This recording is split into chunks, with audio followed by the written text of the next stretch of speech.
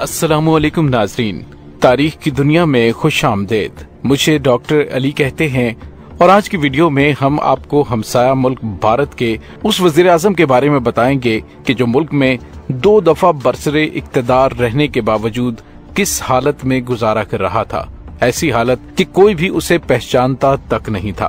Video کی تفصیل میں جانے سے پہلے ہمارے چینل کو سبسکرائب کر لیجئے اور بیل آئیکن کو ضرور دبا دیجئے گا تاکہ ہمارے آنے والی ویڈیوز سب سے پہلے آپ تک پہنچ سکیں، اور کمنٹ سیکشن میں اپنے خیالات کا اظہار ضرور کیجئے گا۔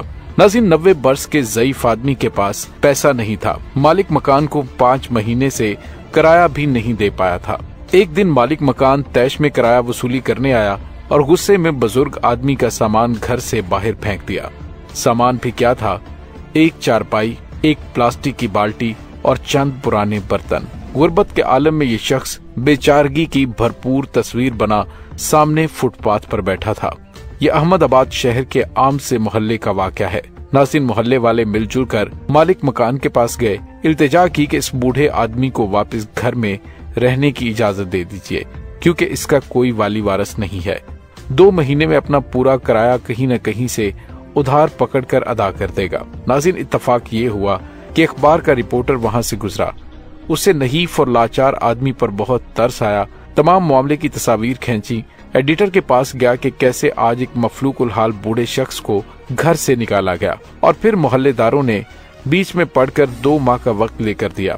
ایڈیٹر نے بزرگ شخص کی تصاویر دیکھی تو چونک اٹھا۔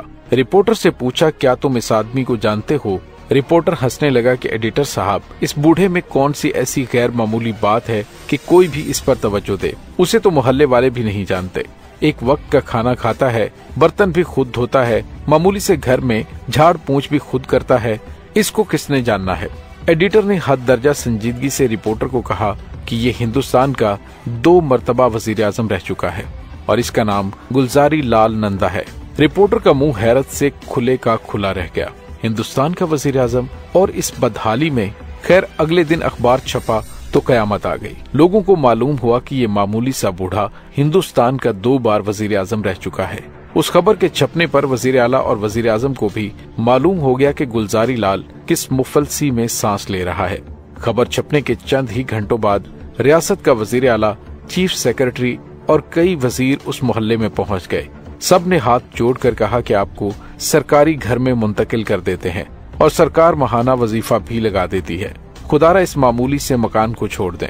مگر گلزاری لال نے سختی سے انکار کر دیا اور بولا کہ کسی بھی طرح کی سرکاری سہولت پر اس کا کوئی حق نہیں ہے، وہ یہیں اسی کوارٹر میں رہے گا۔ گلزاری لال کے چند رشتہ داروں نے منت سماجت کر کے بہرحال اس بات پر اسے آمادہ کر لیا کہ ہر ماہ 500 روپے وظیفہ قبول کر لے۔ سابق وزیر اعظم نے حد درجہ مشکل کے بعد یہ پیسے وصول کرنے پر آمادگی ظاہر کر دی۔ ناظرین، اب اس قلیل سی رقم میں کرایہ اور کھانا پینا چلنا شروع ہو گیا۔ مالک مکان کو جب علم ہوا کہ اس کا کرایہ دار پورے ملک کا وزیر اعظم رہ چکا ہے تو گلزاری لال کے پاس آیا اور پیر پکڑ لیے کہ اسے بالکل معلوم نہیں تھا کہ اس کا کرایہ دار اس اعلیٰ ترین منصب پر فائز رہ چکا ہے۔ بوڑھے شخص نے جواب دیا کہ اسے یہ بتانے کی ضرورت ہی نہیں تھی کہ وہ کون ہے، وہ تو ایک معمولی سا کرایہ دار ہے اور بس۔ ناظرین، جب تک گلزاری لال زندہ رہا اسی مکان میں رہا اور مرتے دم تک 500 روپے میں گزارا کرتا رہا۔ گلزاری لال نندا حیرت انگیز کردار کا شخص تھا۔ سیالکوٹ میں جولائی 1898 میں پیدا ہوا اور جنوری 1998 میں احمد آباد میں فوت ہو گیا۔ جواہر لال نہرو کے انتقال کے بعد 1964 میں وہ وزیر اعظم بنا اور 1966 میں لال بہادر شاستری کے انتقال کے بعد بھی اس بلند پایا منصب پر فائز رہا۔ بنیادی طور پر FCC کالج لاہور سے اقتصادیات کی تعلیم حاصل کرتا رہا۔ ناظرین، دراصل وہ اقتصادیات کا ایک استاد تھا۔ ممبئی اور احمد آباد کی یونیورسٹیوں میں پڑھاتا رہا۔ سیاست میں آیا تو یونین منسٹر، وزیر خارجہ، ڈپٹی چیئرمین پلاننگ کمیشن میں بھی رہا۔ متعدد بار لوک سبھا کا ممبر بھی منتخب ہوا۔ گلزاری لال کا فلسفہ تھا کہ زندگی کو بہت سادہ گزارنا چاہیے، کسی شان و شوکت کے بغیر انتہائی قلیل رقم میں خوش رہنا ہی اصل امتحان ہے۔